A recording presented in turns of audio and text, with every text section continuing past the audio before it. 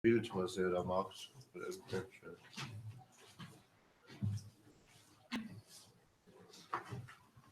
Achso, die haben ja noch nicht mal eine Kamera, die dort hat. Nee. Den Power. Notholz, Power und Toast.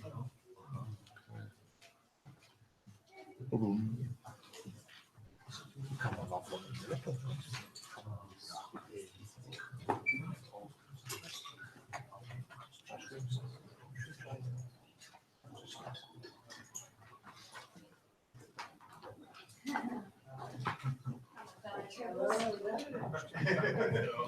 Same faces.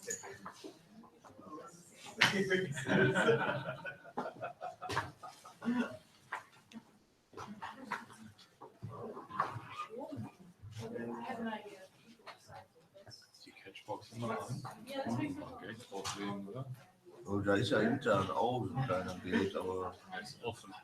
Ja, okay, wenn du wirkst, dann geht.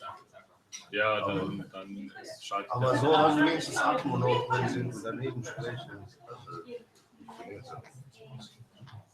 Yeah. Shows how well we know. For the secretary. I'm looking forward to hearing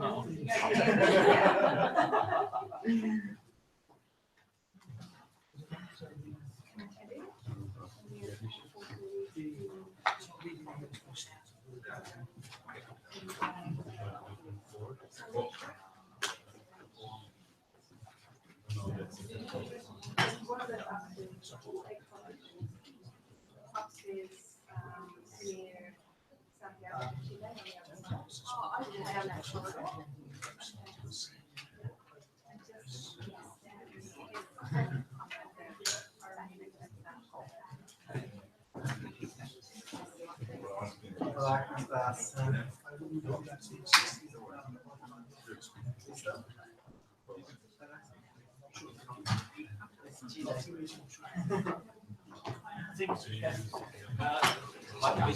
Yes, sir, yeah. Hey, how are you? Good, and you?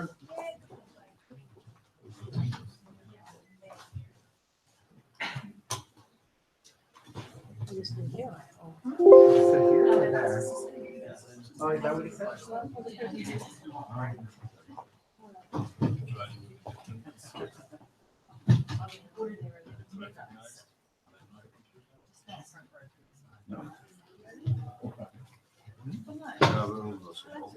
Like we watched one day.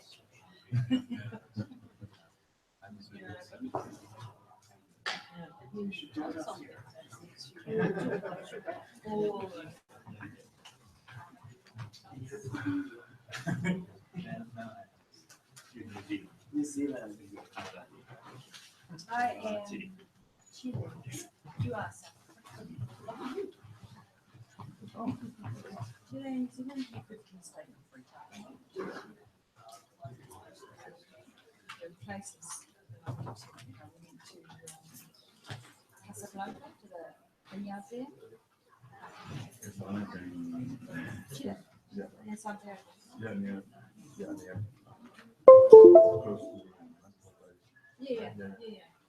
And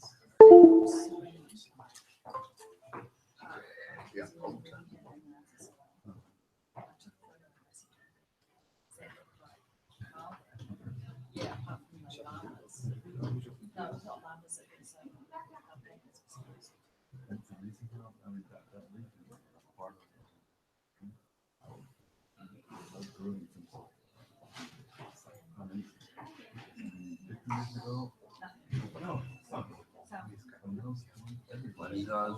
Same price 50 years ago, probably nothing, and they're saying. damit du die Musik wieder Same vorbereitet grapes too. machst. So, oops, maybe you had a break.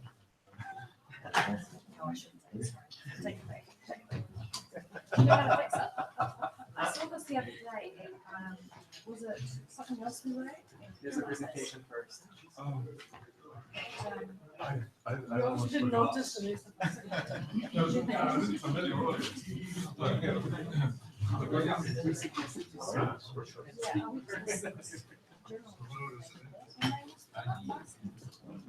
Canada. Canada, you're slouching.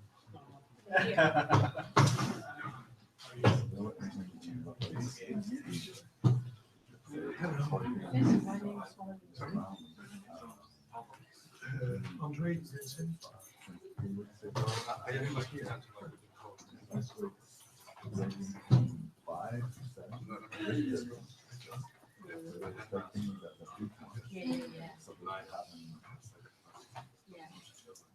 We had a lot of schools. We had just, the big one that we had at Green Bus. Yeah. So they like to hit each other, hit each other. Yeah.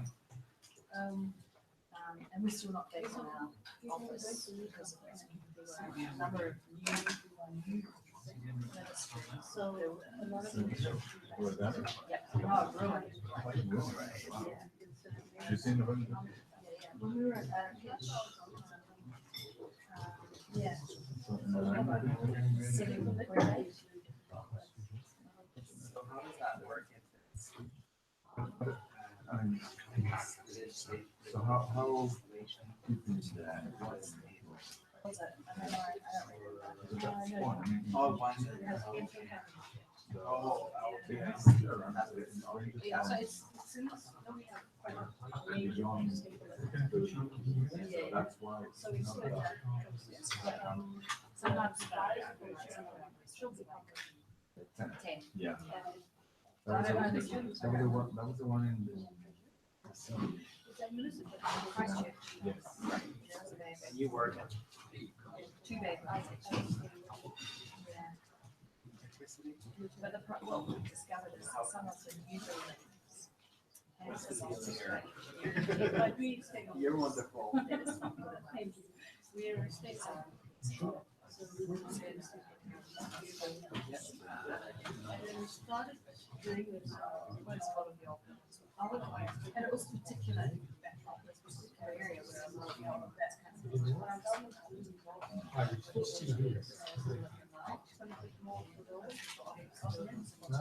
Nobody was there. yeah.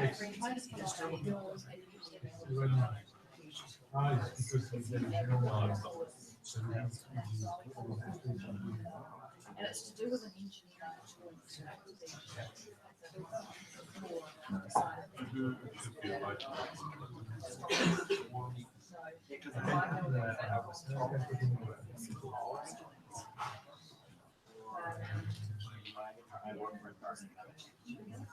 one guy, one man.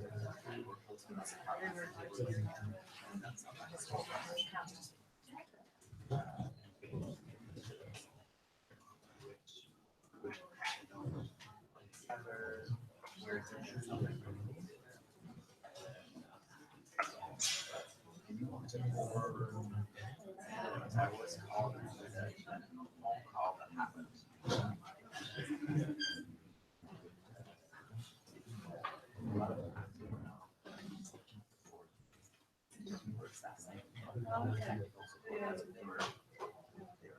I remember asking him because I knew he was doing something forward area where you would, where you like have support. And that's whenever problems you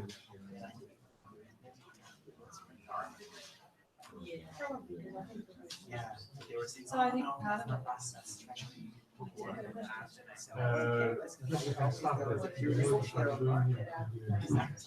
and she's very active. Also, I because you're interested. So in this process,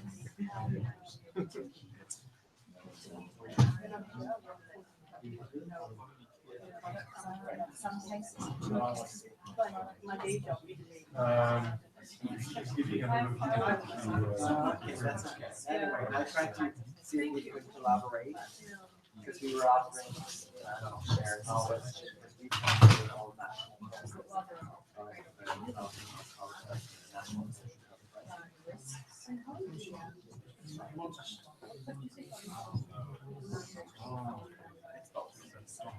So it's up to you. yeah, I just want to.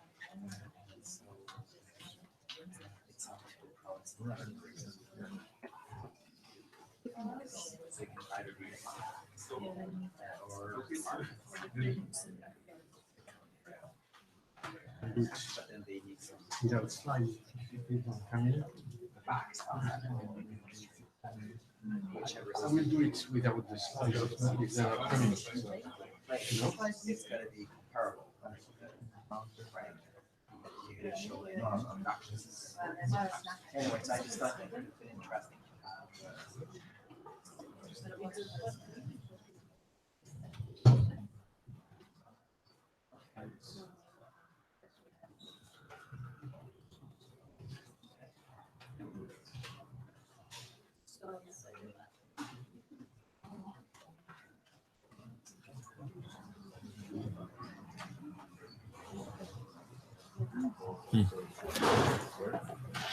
Okay, good afternoon, everyone. And sorry to keep you waiting due to the, I think always this kind of thing happened to the technical problem.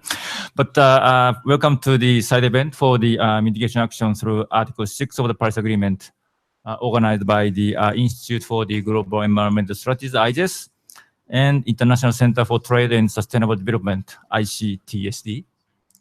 My name is Yuji Mizuno, and I will be the MC for today's event. So this event is about Article 6 of the Paris Agreement, and that's it. So after the introductory presentation from ICTSD, I may ask the panel to come to in front and speak anything about Article 6 of the Paris Agreement. Anything. What is your expectation? How did you feel? So-called round table. Most of us, did not see. And what you would like to re-emphasize or emphasize to the public, and so on. But within 7 minutes each. Since, as I said, all of the sessions related to the Article 6 have not been open to observers, I hope this event will be a good opportunity to promote transparency, which we are discussing all the time. Okay, so before the panel, I would like to invite Mr. Jean-Yves Canel, ICTSD. We'll talk about the outcome from the Article 6 dialogue, which was held on last Sunday, and always contributes mutual understanding of where we are and what we are thinking with regard to negotiation. So let me invite Mr. Jean-Yves Canel. You have a floor. Thank you very much. Sorry for being a little bit late, but I just came from Paris and my train was a little bit late today. So I'm speaking, in fact, on the behalf of Andre Marc, who was supposed to give this lecture, but he's in the negotiating room now. So he asked me to make a summary of the basic issues we have in front of us in the Article 6 elaboration for the future. I think that just before going to some of the items which are on the table today, I think that Article 6 is really a fascinating article because it has captured in one piece many issues negotiators have worked on since almost 8 years, since this process started, this bottom-up process started. And I have also looked at the Climate Convention Article 3.3 about the principles. And what is interesting is that in this article, the parties agreed that they should introduce some cooperative action in this process, and that they would, taking into account that policies and measures to deal with climate change should be cost-effective so as to ensure global benefits at the lowest possible costs. So all these ideas were, in fact, in birth in the Climate Convention. And it is very interesting now that we have an article which is, by the way, a difficult one because there are many issues behind this, but which tries to articulate this cooperative action, this possibility to cooperate between countries in order to make sure that mitigation actions will be done in a transparent way, will be done in a accountable way, and also in a cost-effective way. And this includes also market mechanisms, as we knew in the Kyoto Protocol, but also non-market mechanisms, and all that is now encapsulated in this article. So basically, there are 3 pillars in this article. The 6 point... Sorry. No. The article 6.2, we talk about ITMOs, International Transfer Mitigation Outcome. The 6.4, which is designing a new mechanism in the spirit of the CDM of the Kyoto Protocol, but it is more than the CDM as it was in the Kyoto Protocol, and also the 6.8, the non-market mechanisms. So all that deal with this notion, of cooperation and facilitation ideas that would help parties that want to use these possibilities to put them in action. So there are many strong principles which are behind these different items: the notion of transparency, the notion to avoid double accounting. This is quite important in this process.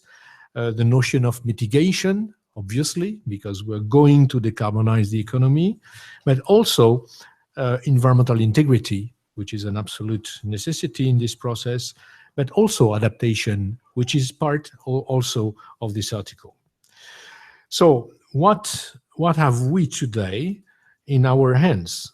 You know, the elaboration of Article 6 has started now since last year, and the parties this year have been invited to submit their ideas in order that we can elaborate the design of the Article 6 in the best way, in order that when we will negotiate and decide the rule book in 2018, we are able to design in a correct manner this Article 6.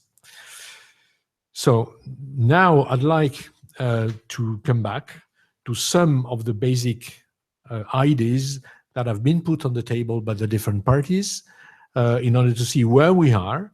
I don't want to give at this stage any judgment about the different ideas. All the ideas have to be taken into account, and it will be to the parties to look at them, to negotiate the right package of requirements and design these different mechanisms in the best way.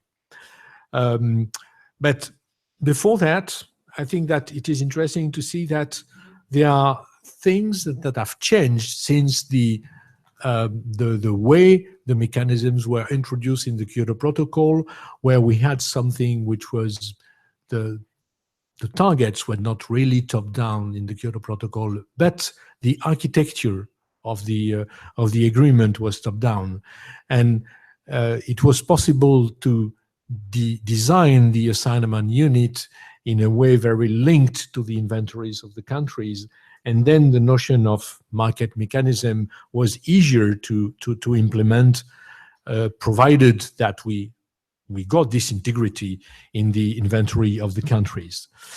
So now we have no this notion of assignment unit, so we have to recover something different.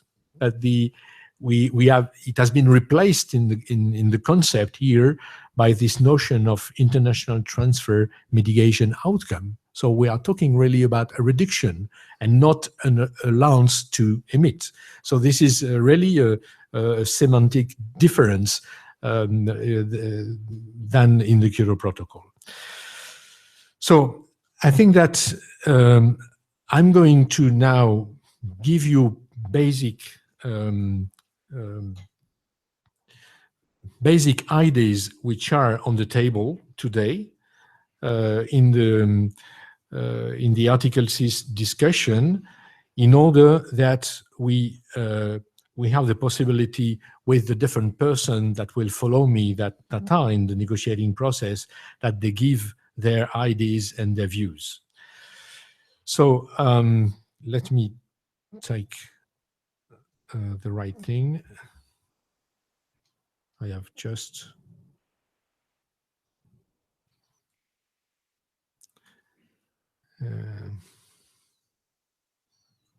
Sorry for that. I don't find the thing I have to find. No.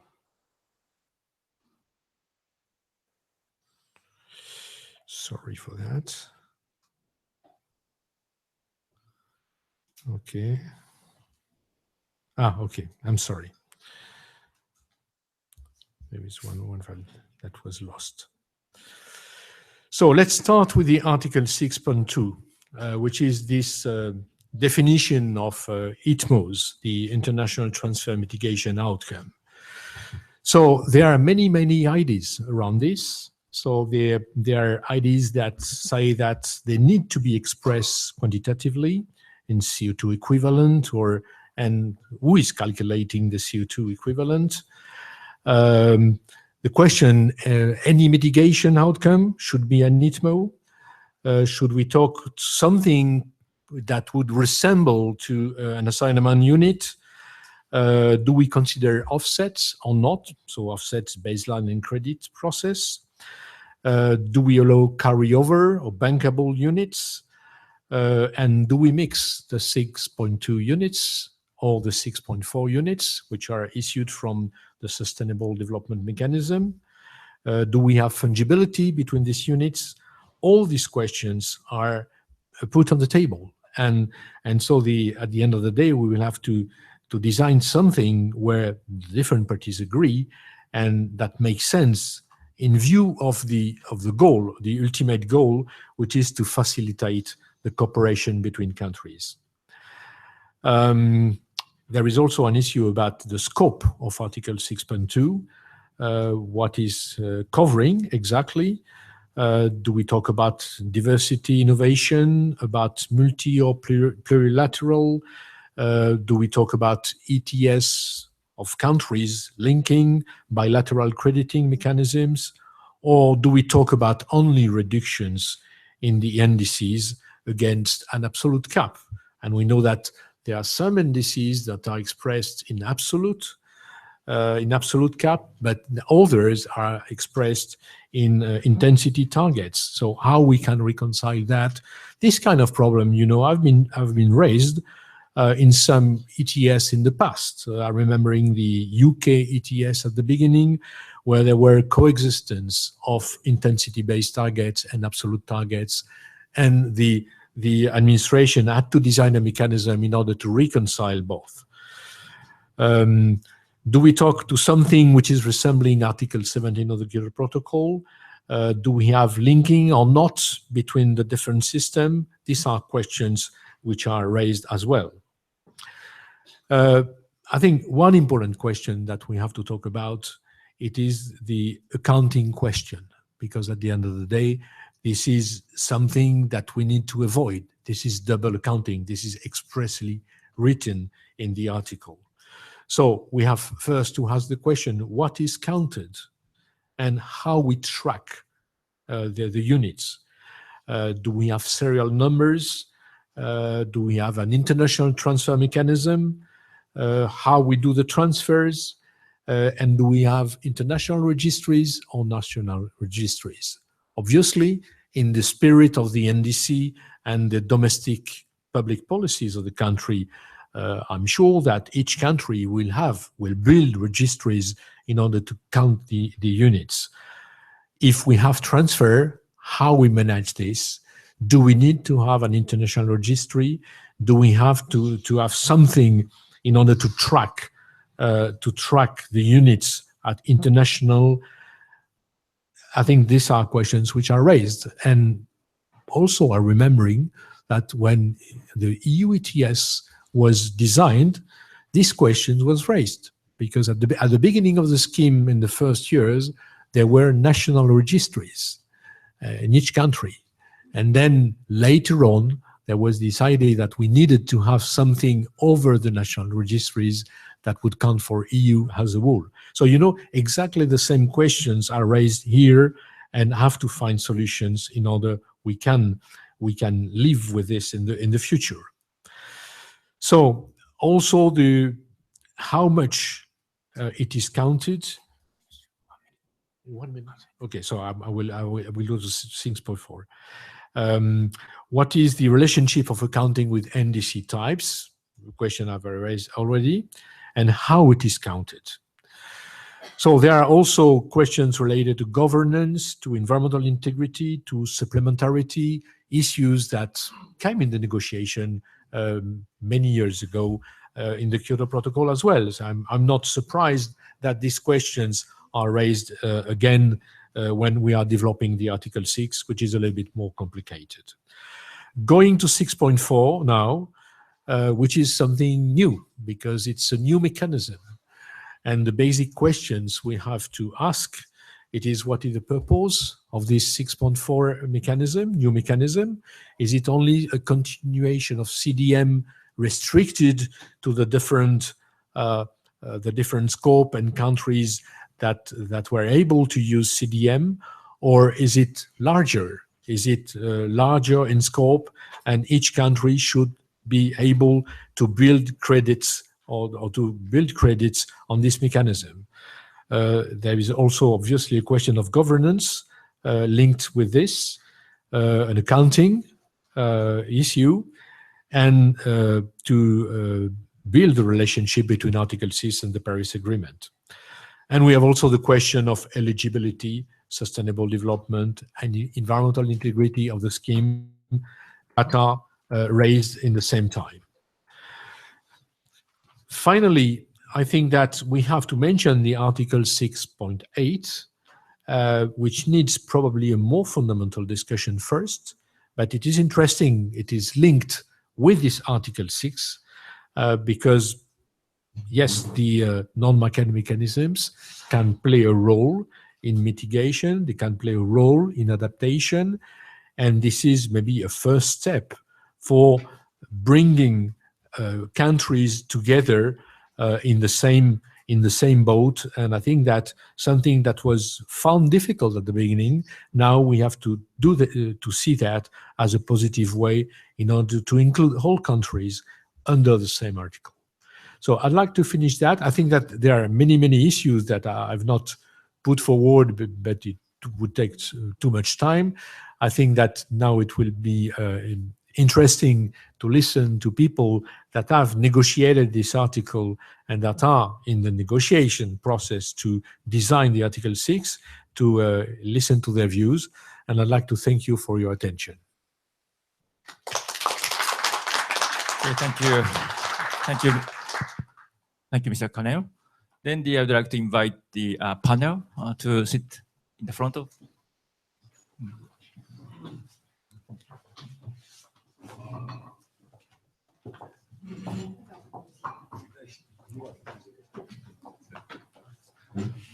So let me introduce the distinguished panel member. The right-hand side is the Martin Hessian from the European Union, who has been dedicating whole of his life to the markets from a point of view. Next is the Kay Harrison from New Zealand, one of the leaders in this field, and I always learn from her how to deal with difficult situations. Okay. Martin Rajore from Canada, he does represent one of the most positive countries to carbon pricing and carbon market, I think. Next, Juan Pedro Chile, belong to IRAC, the Independent Association of Latin America and the Caribbean, I think. From my point of view, IRAC stands advanced and innovative Latin American and the Caribbean. Next, Mandy Lambros, South Africa, one of the strongest negotiators, but at the same time, the most trustworthy person as a facilitator. And lastly, Kazuhisa Kowakusu from Japan, who has been also dedicating part of his life to the market mechanisms, especially the CDM and the JGM. Sorry to introduce each of you based upon my understanding, but I very much respect speakers for accepting to be exposed to the public for the sake of transparency and maybe question provocatively. So may I ask Martin to speak? Thanks, Yuji, and you should also know how much Yuji is appreciated for his common sense and clarity in the negotiations as well. I'm not sure he's dedicated his entire life, but quite a deal of it. and I'm sure I didn't dedicate all my life, hopefully not. Yes, I represent the EU in the negotiations, and we feel like, because we've had an emissions trading system for 12 years now, that we're not jaded, but we are an enthusiastic proponent of carbon market approaches, particularly ETS. And there's a strong perception that carbon markets are built from the bottom up, because the European emissions trading scheme has been a success, but not also, it's a significant effort to put together a carbon market that delivers demand and delivers emission reductions, something we're painfully aware of and happy to share our experience. In terms of the UN, I think we came to Paris looking for a simple accounting system that would allow us to participate in international trading with the confidence that the NDCs or the targets that we'd agreed would not be undermined in doing so, that kind of principle of double counting, because there's a potential that if we are not careful about accounting, there's an inflation of those. We're also, for a more selfish reason, we want to be confident that if we move to buy internationally, that we are buying something that isn't being counted elsewhere. Those are the two basic objectives. In respect of the mechanism, and I think I need to clarify a little later, our interest really is in having a mechanism that fits to the new context. And to explain that, it also needs to address the mitigation ambitions of all parties, because the new context is one in which everybody has a mitigation ambition and mitigation targets, and the old style CDM is not fit to deliver on that new context in our view. I don't think we were a major proponent of the non-market approaches, but we recognized that there needed to be balance in the article, and what we have is a work program identifying what these approaches are and how they might be enhanced. And I think it's a significantly different part of our negotiation. In terms of what's been going on since Paris, I think parties have been struggling to, one, understand what we did, perhaps understand the new context in which we operate, because Article 6 looks in ways like what we've done before, and we can certainly learn from what we've done before, but it is fundamentally different. And maybe I'll describe the fundamental differences. The first one I've already mentioned is that everybody has a mitigation obligation. So it changes the context within which some countries operate. Everybody there's a value in emission reductions for everybody, domestic emission reductions for everybody. The second thing is that those mitigation contributions are not expressed as absolute economy-wide budgets in all cases. There's a whole variety of NDCs, and they need to be accommodated. The third thing is that everybody is now on a kind of a common cycle for reporting of emissions, which at least is a basis or a common basis for going forward. I should explain that the EU itself till 2030 has a purely domestic target. So you might ask, why are we interested at all? But I think we're interested in the overall integrity of the agreement and what other people do. We're also interested that should we move to be more ambitious or to link emissions trading schemes, that we can do so in a way that's consistent with our obligations here. I think we think that in terms of the differences in the previous approach, it can be a lot simpler. Though the context is a lot more complicated, we may be able to move to simpler ways of doing accounting based on emissions. That's one particular insight, because everybody is working on the same emissions basis. We also think that we need, and this is perhaps the most significant challenge in our discussions, to address how the mechanism will work and how we address the ambitions of host countries in the way it works. And to give you an example, the current CDM, which is often used as an analogy for the mechanism we've agreed, provides essentially for crediting on the basis of business as usual. But that can't operate in the context that everybody has a mitigation objective that is less than business as usual. I can explain that if it's not obvious, but essentially you're asking countries to, if you provide for crediting at business as usual and make that the sole basis, you're going to have accounting problems. I don't want to go on forever, thankfully. What I would say is that we've had good discussions. I think what we had at the roundtables here is a clear exposition of why it is that we need external technical input and how technical discussions can become. We're at the stage of sifting headings, trying to organize our conversation. Hopefully we will, at the end of this session, have organized our conversation a little better. We have a range of submissions in which there are so many issues. We have over 50 submissions, so many issues to be addressed that we really need to get them in order and get them in order of priority before we can move forward. And that's the job that we think needs to be done here. That's all I have to say. No, thank you very much, Martin. So Kay, please. Good afternoon, everyone, and thank you, Yuji. Yuji was very complimentary in his remarks about us, but Yuji-san has always been a delight in our negotiations, both because of his very intelligent approach to the issues, but also his wonderful sense of humour. And I could tell you some stories back in the KP days of when the room got quiet and we didn't know what to do with the rest of our time, and Yuji said, "Stockholm Syndrome. We have Stockholm Syndrome."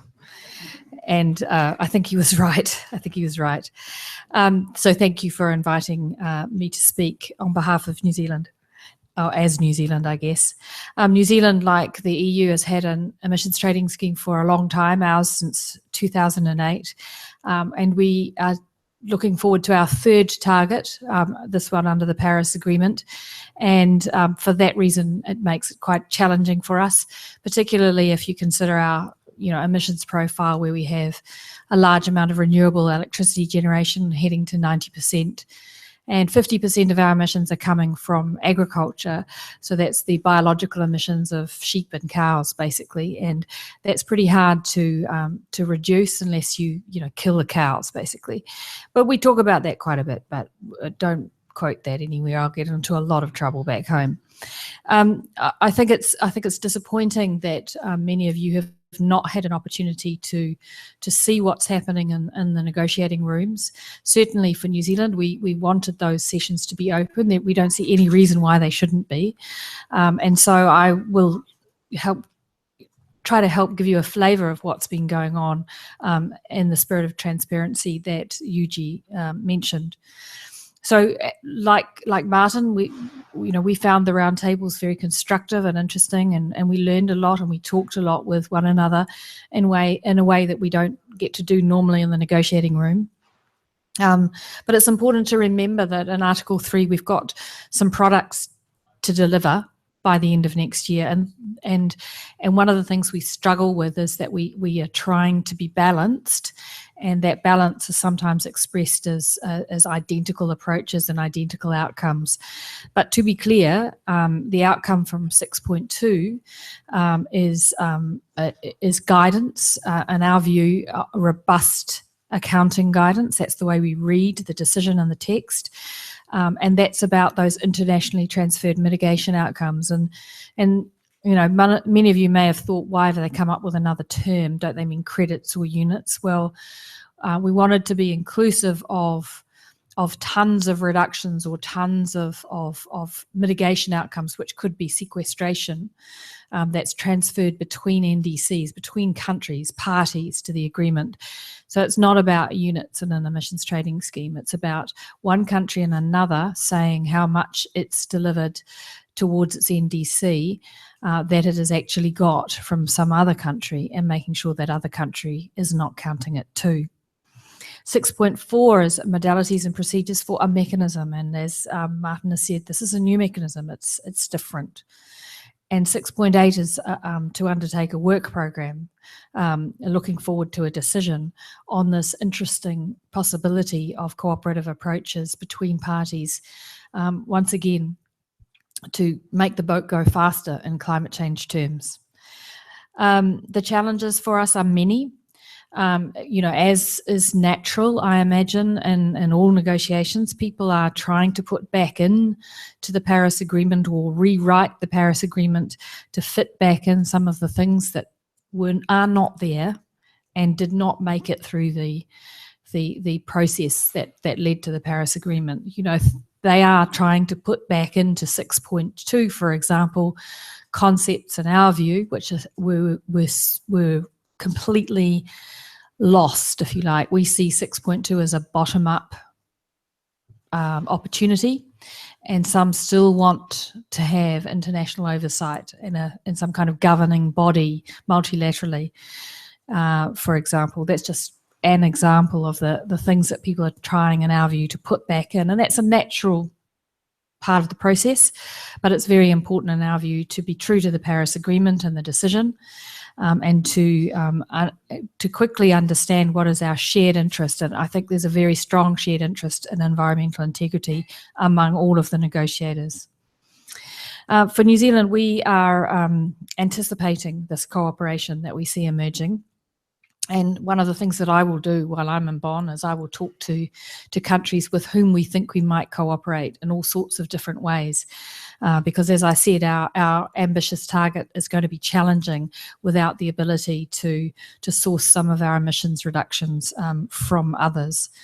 And they have to think about what it means for their ability to meet their own ambitious targets. But we do believe that by working together, we can actually generate more emissions reductions than if we stay at home and try and do it by ourselves.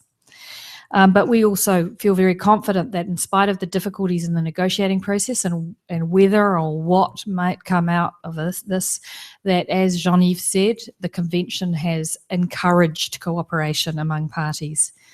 There are some big risks though if we don't deliver, some big risks around inappropriate supply entering a market system would be very dangerous for environmental integrity. And so we need to get on with addressing environmental integrity through stringent provisions of accounting, reporting, review, multilateral consideration. So there's a big connection between our work and the work of the transparency people in Article 13.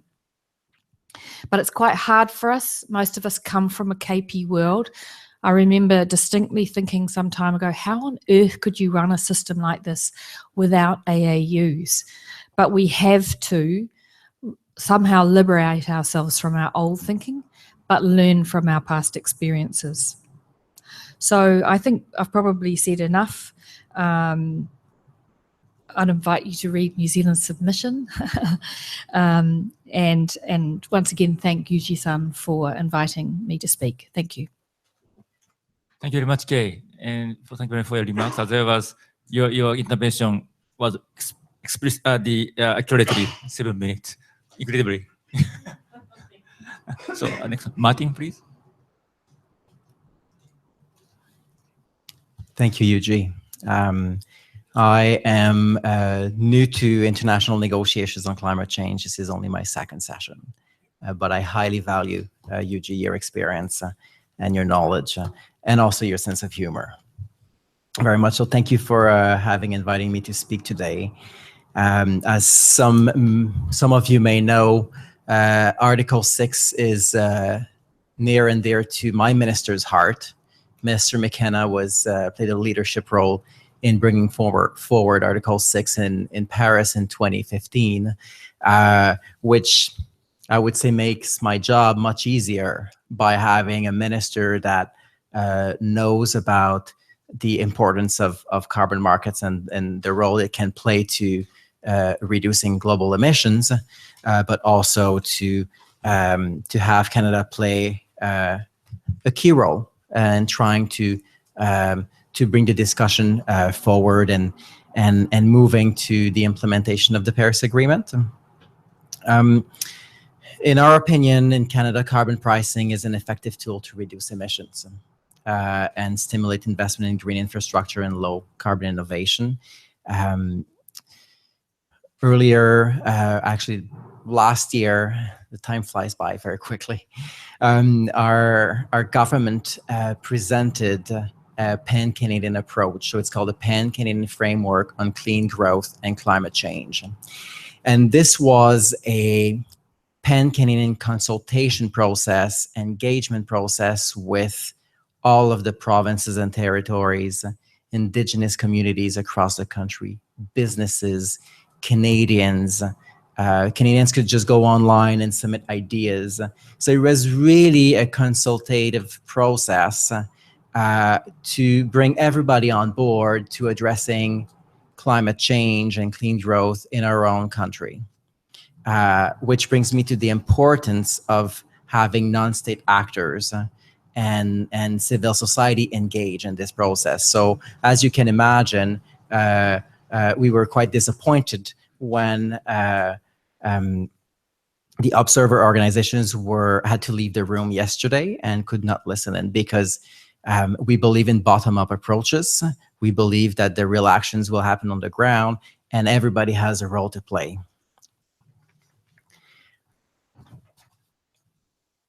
In terms of Article 6, the three sections for us, when we look at 6.2 on cooperative approaches, we believe that it's important. It will be important to maintain a certain degree of flexibility to facilitate those bottom-up approaches. In our case, in Canada, we have carbon pricing in place, but some provinces have decided to have a carbon tax. Others are putting carbon levies on certain sectors.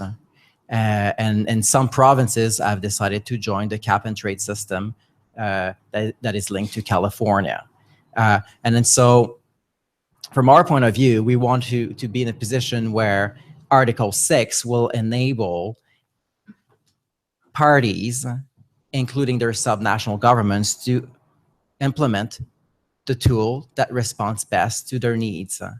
And then so by designing the guidance, we need to ensure that there will be a degree of flexibility so those bottom-up approaches can take place. If it's too rigid, it will be difficult, and it might not encourage or incentivize these kind of actions. When it comes to the exchange of ITMOs or credits, in our view, there may be different ways of doing it. You can have a government-to-government exchange. Could there be other ways where a government may decide to support a country that requires assistance, and there might be, opportunities for bilateral cooperation? Or there are other avenues. Multilateral institutions, groups of countries may decide to come together to cooperate to, again, reduce emissions through the use of markets. As Kay mentioned, though, it will be essential that as we develop these rules and the guidance, that the accounting aspect is robust, that we have in place a clear I would say, governance that shows that those emissions reductions that are being transferred are verified. They're real emissions. It doesn't represent hot air, and that it's done in a very transparent manner. It will be important that we can have consistent measurements of those mitigation outcomes that they're being transferred, and that we avoid double counting, because that will undermine the global efforts to reduce emissions and undermine the efforts of markets. On Article 6.4, as it's been mentioned, this is in our opinion, this is a new mechanism. It should not be a pure copy and paste from the CDM. If the CDM was a perfect mechanism, we wouldn't have 6.4. And so we expect that the new mechanism will show some new approaches.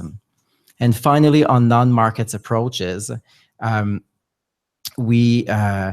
our perspective, we still believe that there is still questions to ask in terms of helping us understand exactly how this will support the efforts of countries. And then so I'll leave it to this. Thank you. Thank you very much, Martin. Then I'd like to invite Pedro, please. Okay. Thank you, Judy, for inviting me to this session. So we represented in the negotiations by ILAC, but I think I'm going to speak on my own this time. So on the how do we see Article 6? Even ILAC, I mean, we like Article 6 very much. So we are, I mean, we're in favor of markets. And why? For a number of reasons. The first one is that it promotes cooperative approaches between parties, but with the, I would say, beautiful aspect of it, it's not cooperative approaches in general. It's, I mean, oriented to achieve NDCs commitment. So that's one thing. The other one is that we're convinced that if we are able to craft in the right way Article 6 as a whole, we will be able to use these instruments to increase ambition, provided that we develop robust accounting guidelines to secure environmental integrity, you name it. One thing that I think it's relevant for developing countries, which most of them we don't have any experience in having a mitigation commitment, which we have now. It's a totally different world than before. I mean, all of us have NDCs, and this is of different nature, but it's a mitigation commitment in itself. So it's there. So one of the things that we have been discussing in Santiago and in Chile, is related to the ownership of the credits, reductions, ITMOs, you name the acronym. And that is because this is a different world. In the CDM world, we approve a number of CDM projects, but without looking in seeing this in a more strategic way. I mean, Chile may have commitments in the future, and we're not doing nothing with the kind of an arrangement internally with project proponents, such as I think China did it in a very vertical way. We didn't do it. So, of course, the mitigation opportunities from the CDM kind of vanished, maybe. So we need to think about that more strategically now that we have this NDC to achieve. So that I think that is something we had a chat with Judy in the sense that with the JCM, with the institutional arrangement of the JCM, the Japanese credit mechanism, we are starting to think about this own. I mean, what to do with the credits.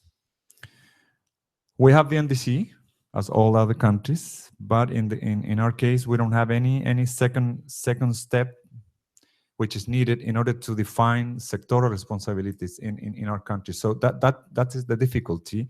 And when you think about carbon markets and you think about ETS, for example, you need to have, I mean, you need to have caps or baselines, etc. So that's something that trying to understand Article 6, it is also challenging for us in the sense that we need to have the right infrastructure to implement Article 6 as a whole.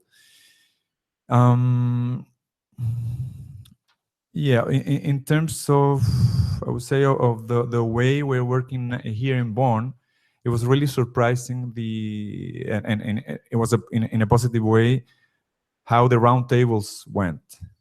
Because it was a different roundtable setting. So people, I mean, it was like, I don't know, 10 or 12 really rounded tables. So people, I think, felt more comfortable to really discuss issues I would say, in a very profound way. And nobody was afraid to say, you know, whatever silly thing it might feel, but everybody had a voice and everybody spoke. So that was interesting in that sense, and it wasn't meant to come to conclusions, but I think we understood better. I was in the table with Juji, so we discussed a lot of this, you know, this issue of corresponding adjustments. It was interesting to really understand the role of the inventory in all that. In terms of, I would say, during the past 3 days, what I should say the same that my colleagues said. It was a real pity that observers couldn't be in the room yesterday and today. And more, in addition to that, I don't think it was useful at all, not allowing observers to provide submissions this time also. So we don't have all the answers. Somebody said it, and I think it was Andre Marco. We don't have all the answers. We're learning, I mean, together. So we think that fresh ideas from non-parties, stakeholders, will be very useful for the process. That's one thing. In terms of issues that we have been discussing here, I've seen some convergence in some of them. For example, in the sense of what is an ITMO. Everybody wants to know what an ITMO is, but the convergence here, I would say, should be a quantifiable unit. That's everybody is saying more or less the same. Everybody is saying that we need to secure environmental integrity, but I think we have a different understanding of what it means. Some people ask for definitions of it. In terms of robust accounting, everybody is pretty sure that we need that in order to, if we want to raise ambition and achieve overall mitigation. That's another term that none of us understand 100%. And also convergence in the sense that at least 6.2 and 6.4 are related. So when we had the question, if we transfer an emissions reduction from 6.4, is it automatically becomes, does it automatically becomes an ITMO? Most of the roundtable said yes. In terms of divergence, of course, we have a lot of issues where people diverge, especially in the climate negotiations. But one of the things that was interesting to listen to some parties is the institutional arrangements for 6.2 and 6.4. For some countries, including, I mean, for some countries, including Ireland, including mine, we think that 6.2 is a more decentralized mechanism or approach compared to 6.4. But some countries are saying that all the reductions are created in 6.4 and you transfer those in 6.2. My personal opinion is that, I mean, we need to be creative enough and not to put barriers to the mechanisms. Another divergence issue of divergence is the transition of the CDM. Okay, so for most of the countries, I would say the 6.4 is not exactly the same as CDM, has some differences, but of course, almost the whole structure of the CDM could be transitioned to the 6.4 with some adjustments, of course. And finally, I would say that I'm really positive about what is happening and what has happened in this past 2 days in the sense that we are working on something now. We were working on, they call it headings, right? Subtitles, or what I understand as title headings. And I think that's a huge progress compared to what happened in Marrakesh, where we just agree on meetings and roundtables and nothing else. And now I think we're going to get out of Bonn with some headings in the 3 articles, which is a nice thing to have. So I'll leave it there. Thank you. Thank you, Pedro, for explaining the insightful things. Then, Mandy, you have a floor. Thank you, Eugene. Again, thank you also for inviting me. And I think Kay stole what I was going to say about you, that I've also learned a lot from you. I may not always agree with you, but I learned from you. And your sense of humor is unmatched. So Kazu has some work to do on his sense of humor. Just from a South African point of view, I think, we are also quite interested in the outcomes of Article 6. In our national policy, what we have at the moment is that we are busy with carbon budgets. So carbon budgets have been developed and they are linked to our NDC, what's in our NDC. And we're also looking at promulgating a carbon tax. That's not very popular at the moment, so it's not been done as yet. So it's a carbon tax linked to an offset mechanism. So those are some of the things we're looking at in our national policy. And so I think for us, it's very important that we have clarity on Article 6 and how it is actually going to help us. But do you know when you wake up from a drunken stupor, not that I know about it, I've seen it in movies, where you wake up from a drunken stupor and you don't know what's going on around you. I think that's how some of us felt after Paris and then seeing Article 6. And oh my God, what did we do?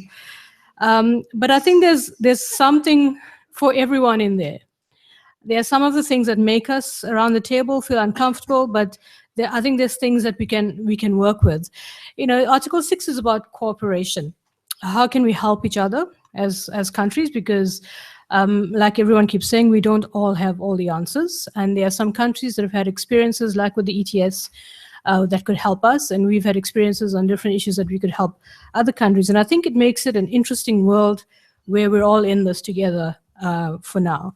So it's about assisting in reducing emissions and meeting our NDCs, bearing in mind linkages, of course, with other articles and what else is going on in the negotiations. And so I think the timing of how we discuss how Article 6 unfolds is extremely important based on how Article 4 unfolds, how Article 13 and the global stocktake and all of the other ones unfold.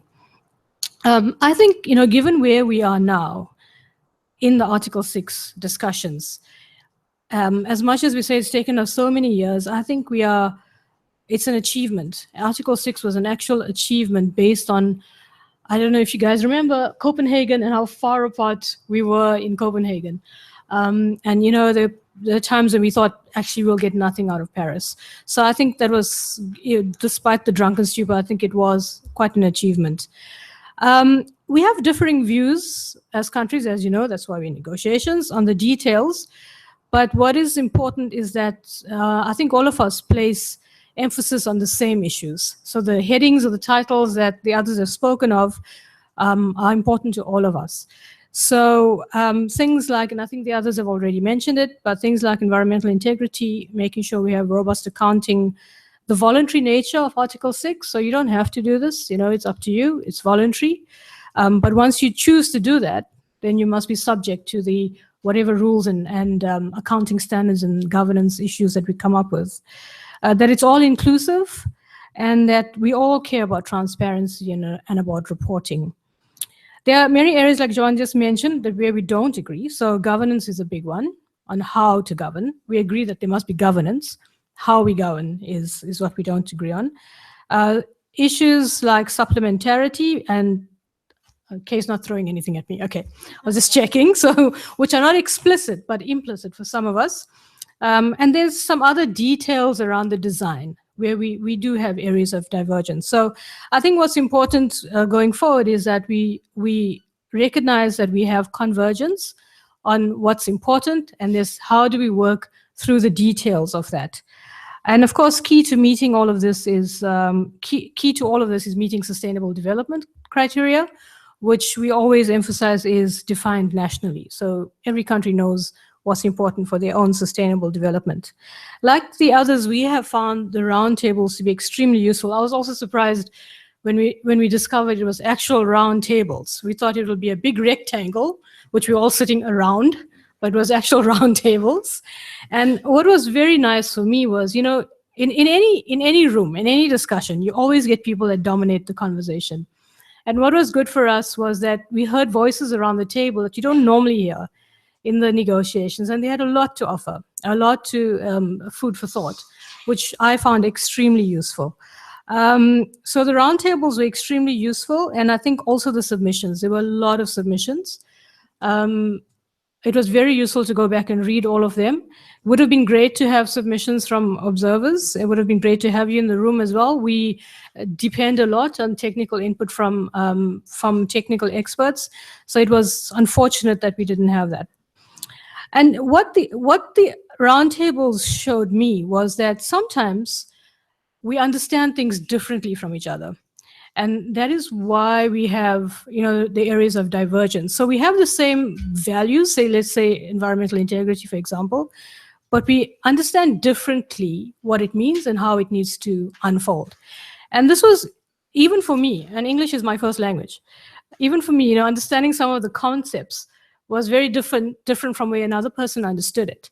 And the discussions around the round table helped that. It helped you to, it suddenly like a light bulb goes off. You think, oh, well, that person was thinking that, where I was thinking this. And for me, more of those sort of discussions will be very useful, especially because Article 6 is extremely technical. I mean, we can argue about the political issues, we can argue about the strategic issues, but when it comes down to the nitty-gritty, it's extremely technical. And I think we need to understand the same things in the same way. So if we're talking about a robust accounting regime, what do we understand is the outcome of that? And those are the kind of things we need to understand and get deeper work done on.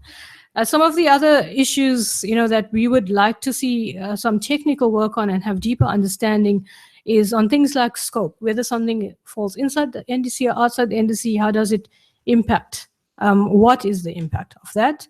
The accounting regime, like I've already mentioned, and 6.2 versus 6.4, do we have the same accounting regime? Is it different?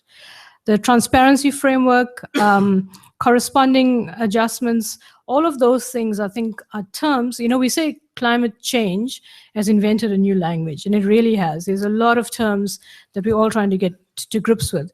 So one of the things we are hoping that comes out of our discussions in the next few days is that we can, yes, hopefully we agree the headings, that will be an optimistic way forward, but that we also agree to have some technical work done. Because I think that's very important in terms of having a deeper understanding, and if we have more submissions, to help those submissions in terms of the technical understanding. So we have quite a few more sessions. So I was quite surprised at how much time we got this session. So we have a few more sessions planned in the next few days, and like everyone else, we're hoping to get further than headings, and hoping to have productive discussions. Thanks.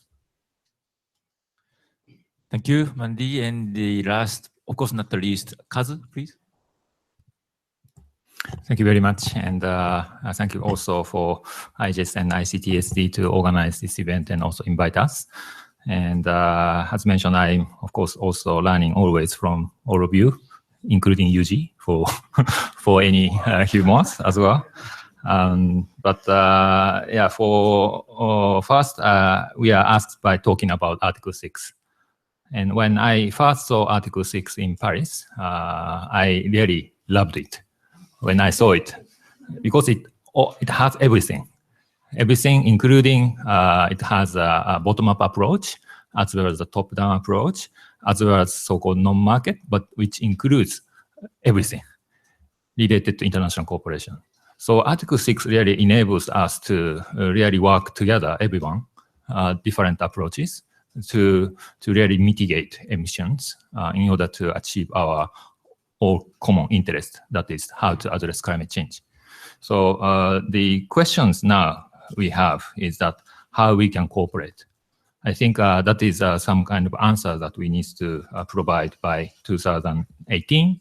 And for that purpose, I'm really happy to really working on this topic. But having said that, particularly importance of this article from our point of view is the 6.2, which is a bottom-up approach. And this article 6.2 allows us to work different approaches, but incorporated under the UNFCCC. And for this purpose, one of the important points is how we can avoid double counting. And this is the main topic that, from our point of view, to address the guidance on the 6.2. And for this purpose, we are discussing how to do this. And from our point of view, this double counting could be incorporated, is categorized for double registration, double issuance, double usage, and double claiming. But for the guidance, this double claiming is the most important aspect that we are dealing, because we are dealing with so-called international trade transfer mitigation outcomes. ITMOs could be used to achieve NDCs. And for this, for us, ITMOs is a ton CO2 equivalent and credit and units. And we need the guidance from our point of view has two components. One is so-called accounting towards the NDCs. We have different NDCs because it's a bottom-up. So we need to see how the credit could be counted towards the various NDCs. And we see a lot of difficulties in, the challenges for this. For example, how to account credit units from the sectors not covered by NDCs. How to account if parties NDC is not the GHG emission reduction target, such as GDP or intensity target. How to account if parties NDC is not the GHG emission reduction target, and how to make arrangements in case ITMOs are generated from parties which have conditional targets in their NDCs. So those are the kind of technical issues that we will deal with. But we need to have answers to address these. Another component which we think is important is a reporting under the transparency framework. So for this purpose, the guidance needs to provide the disclosure of information on the amount of credits units which are issued, acquired, transferred, retired, cancelled by parties respectively. So for that purpose, we think very great relevance that Article 13, which is a transparency framework, could have a very important role. Again, those are the kind of components that we think will be important components of the guidance. But at the same time, the actual implementation of the mitigation actions is important. And maybe just taking 1 or 2 minutes to just report, as Japan is also implementing so-called joint crediting mechanism, which is we think is a part of the bottom-up approach, and also it will be part of the 6.2 guidance, which we will follow. And for that, it's already 100 projects, 105 projects is pipeline, where we are expecting annual emission reductions is 458,000 tons of CO2. And by 2030, we are expecting 5 million tons of CO2 will be generated. So the question we would have is how we could incorporate this actual on the ground emission reductions to be incorporated into the guidance. And for that purpose, we are very much looking forward to providing the real cases for implementing the Article 6 through the on-the-ground experience. And we have a side event on this, 16th May, next Tuesday, in the afternoon, 1:15. It's outside of this room, but if you are interested, please come to me, and then I can give you more information. But again, important things is how the Article 6 could really facilitate or promote those actions on the ground in order to really facilitate the mitigation actions on the ground. And for that purpose, I'm also looking forward to working all of the colleagues to really develop robust accounting rules to really facilitate more actions for the sake of the climate. Thank you. Okay, thank you, Catherine. Thank you for the all the panel. And we have not so much time, but we have a time. So I would like to take one round of questions from the floor.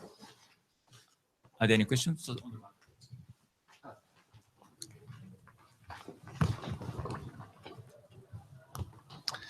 Hello, Tobias Hunzai, Climate Focus. Thank you very much for the insights into the negotiations and also louder. Yeah. Thank you very much for your insights into the negotiations and also for speaking up on behalf of the observers participating in the negotiations. It's very unfortunate that we're not allowed in. Anyway, one question that I'm thinking about at the moment, when it comes to the differentiation between Article 6.2 and 6.4, having this bottom-up and top-down approach. So what is the incentive structure for governments to engage either with 6.2 or 6.4, especially if there's one, like if they all trade ITMOs, and at the same time a centralized oversight over 6.4 adds additional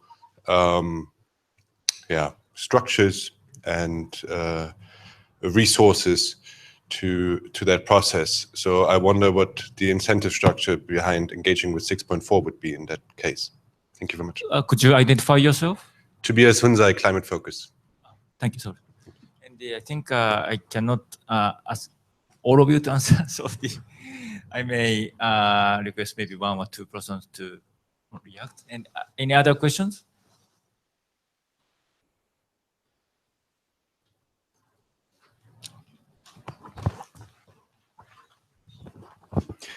Thank you for the presentations. Mikko Halonen from Gaia. My apologies if I'm completely mistaken. My question to you is that CDM, for instance, has been critical also for the private sector to get involved. And everybody is also speaking about the need to get all finance flows climate mainstreamed.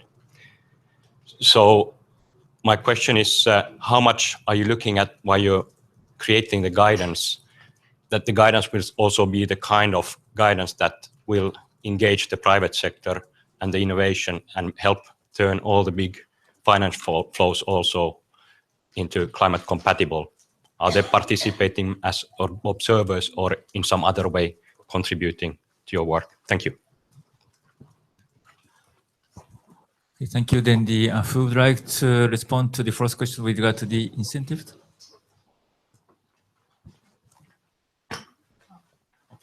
Okay, please.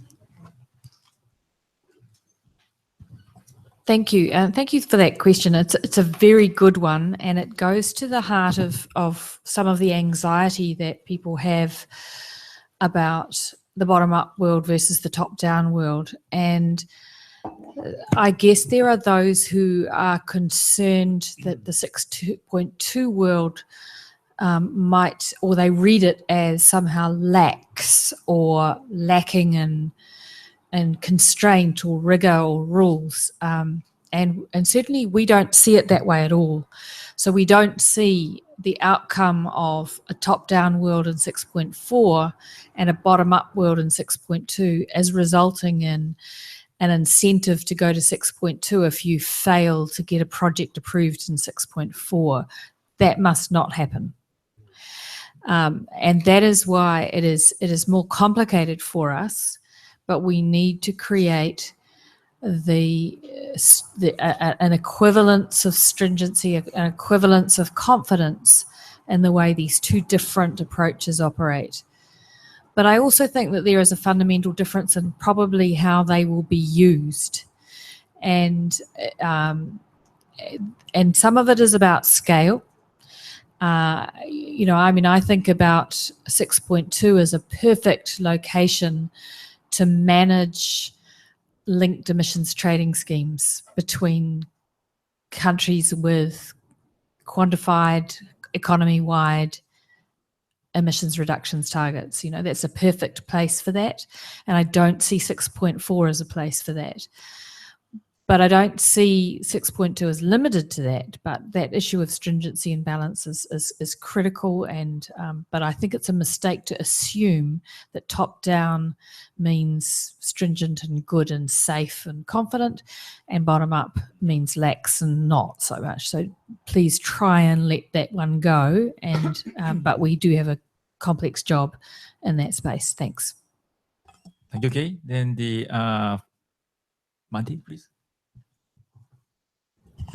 Thanks for that question. I had exactly the same question when we were doing Article 6, to say that if you have difference in stringency in terms of governance and accounting, why would anyone want to do 6.4?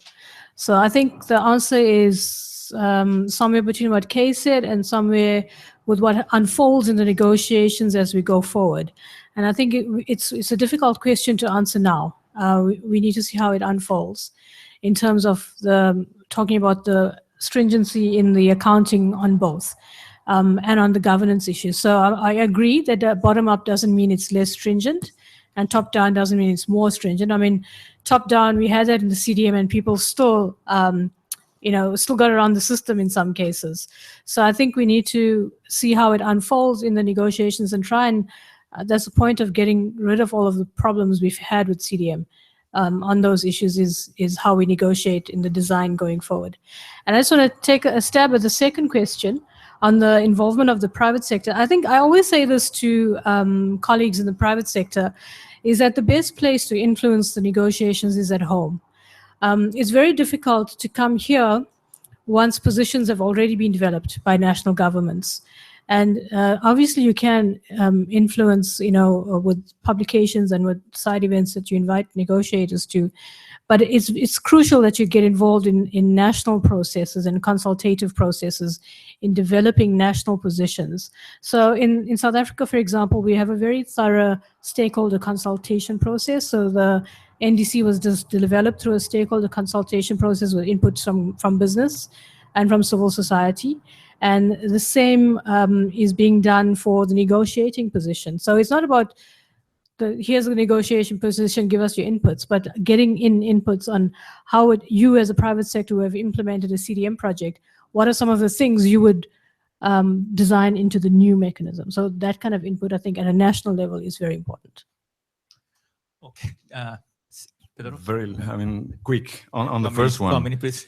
So reemphasize what Kay has said. I don't foresee, let's say, Chile engaging with New Zealand or in the following sense. If we don't have MRV or robust accounting methodologies comparable to New Zealand's, so it's a risk for you guys. So I don't think that that given that this more decentralized structure automatically means a more weak approach compared to 6.4. Not at all. So we have to find balance. 6.4 doesn't need to be, as the CDM, as complicated as it was, but we need to find balance. Thank you, Pedro. Then Martin from EU will respond to both first and second question, whereas Martin from Canada will reply to second question. And I have to close the meeting. So Martin, EU, please. Yeah, it's this question of incentives and the private sector, consideration of the private sector. Anyway, I'm going to answer both of them with the same answer. From the perspective of a regulator in the EU, the idea that the market is going to run out of control without strict rules is correct. But I think people are imagining that somehow the demand is easily delivered, i.e. it doesn't happen without domestic action. It sounds so boring, EU person here, but it doesn't happen without a significant struggle to put in place ambitious caps domestically. And once you have done that, there's a bit of a mentality change because it's real money, real assets, and real investment. And where you see it directed and where it goes is of significant domestic interest. And I think that's core behind the 6.2 component. There would be no way that the EU would link with another emissions trading scheme that didn't deliver something of equivalent quality. And there's no way that we would buy credits that do not fit within the perspective on mitigation that we think is appropriate.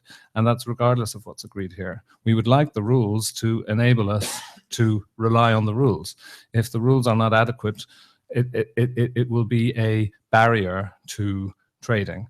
And I think we're looking for rules that enable us to be confident, as I said, that what we're buying isn't counted elsewhere and a lot of other things.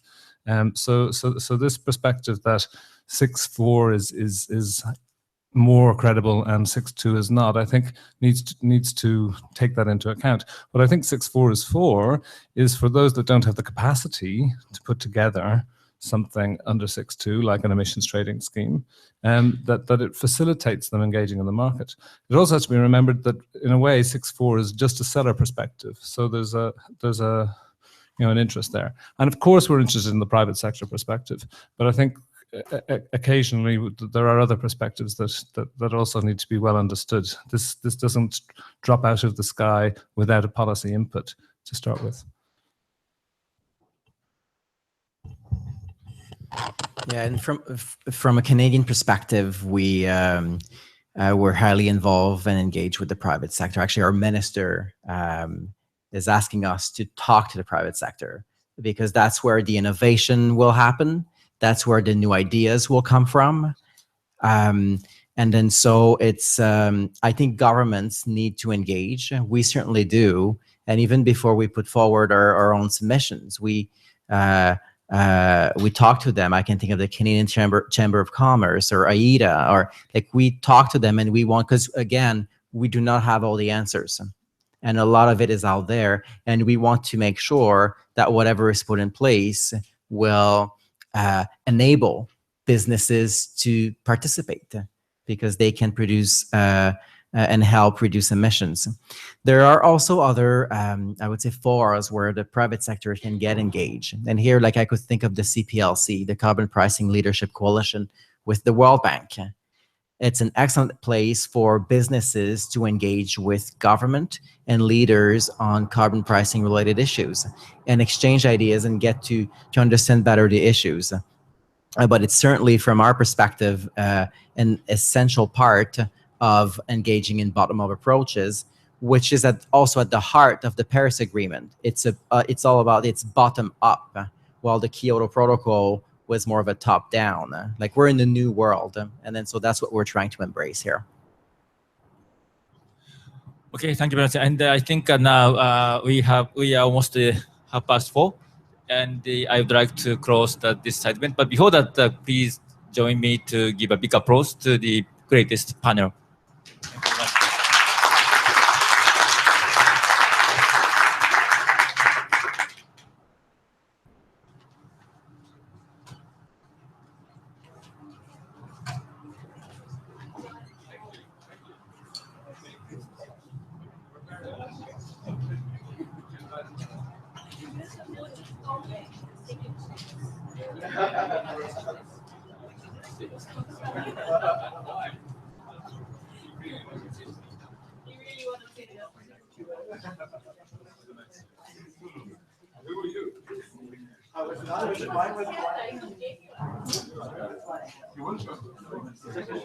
Sorry?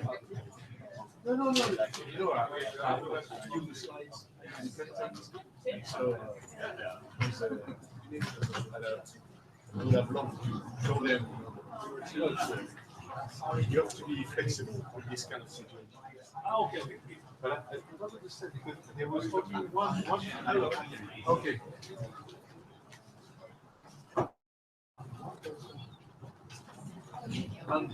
Nice to see you. Yeah, how are you? Yeah. Yeah.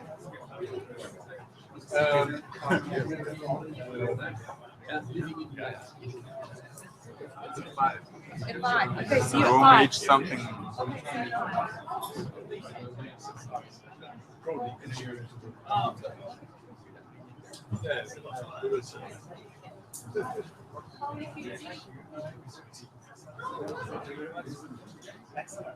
I'm impressed by you.